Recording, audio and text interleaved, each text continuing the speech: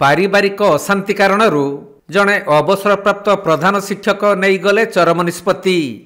तांको मृतदेह घरर बंद कोठरी भितर उद्धार हेबा परे पुलिस ए नहीं अधिक तदंत करुछंती। मिलिथिबा सूचना अनुसार बालेश्वर जिला सोर ब्लॉक केदारपुर पंचायत नुआहाट ग्रामर बनमाली साहू जड़े अवसरप्राप्त प्रधान शिक्षक। दीर्घ दिन धरी तांको परिवार रे कलह लगी रहुथबा बेले गतकाली रातिरे श्री साहू खाई पी शोइथिले।